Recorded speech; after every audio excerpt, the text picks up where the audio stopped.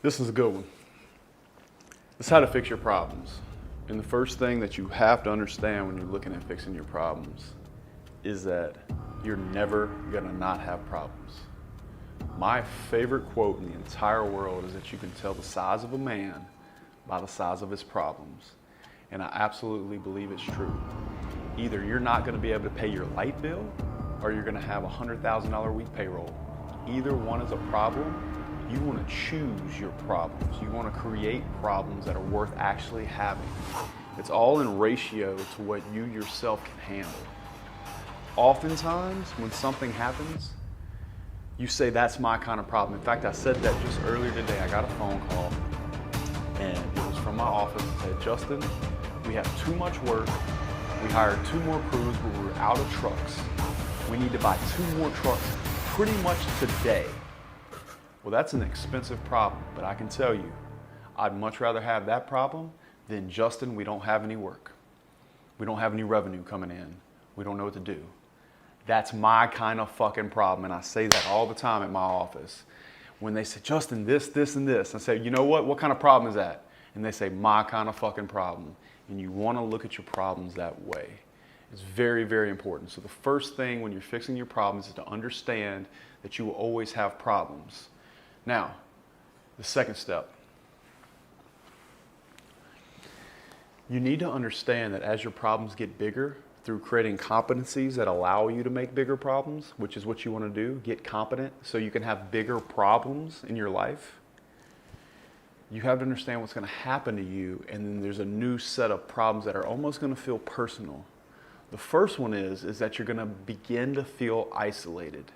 The bigger problems you have, the less people in your life are going to be able to understand or be able to feel any kind of remorse for your problems. I can tell you right now, I can't just pick up the phone and call my family members and tell them somebody owes me $100,000 and them feel bad for me.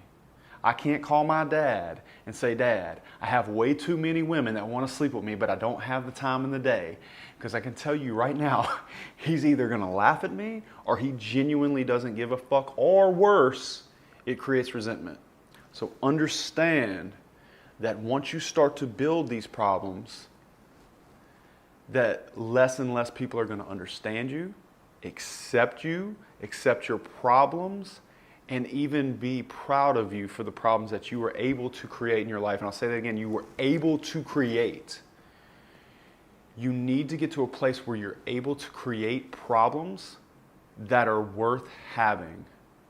So understand that. The next point I want to make on problems, at a lot of times, you're going to work very hard and then go through a significant amount of pain just to create these problems.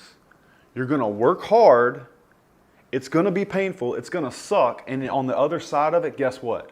Problems. But again, you can tell the size of a man by the size of his problems.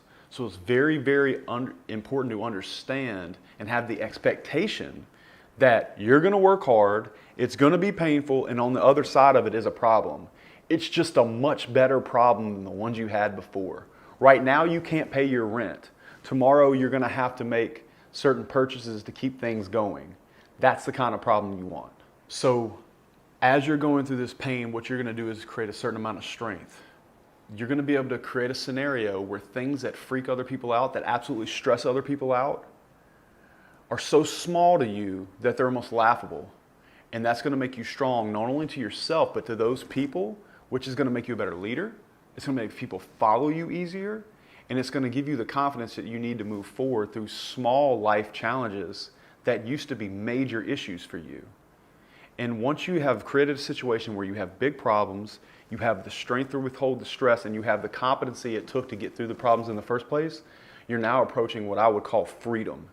Because once you get to a certain place in your life, you can know without a shadow of a doubt that you can be dropped in any city at any time, be put under what a stress level that most people could not endure, and you will come out of the other side with better problems than everyone else. And I promise you, you want these kind of problems because these kind of problems are worth having. Right now, I'm going through a big issue. I'm gonna owe a lot of money to the IRS. That's my kind of fucking problem. And that's the kind of problems I want to have.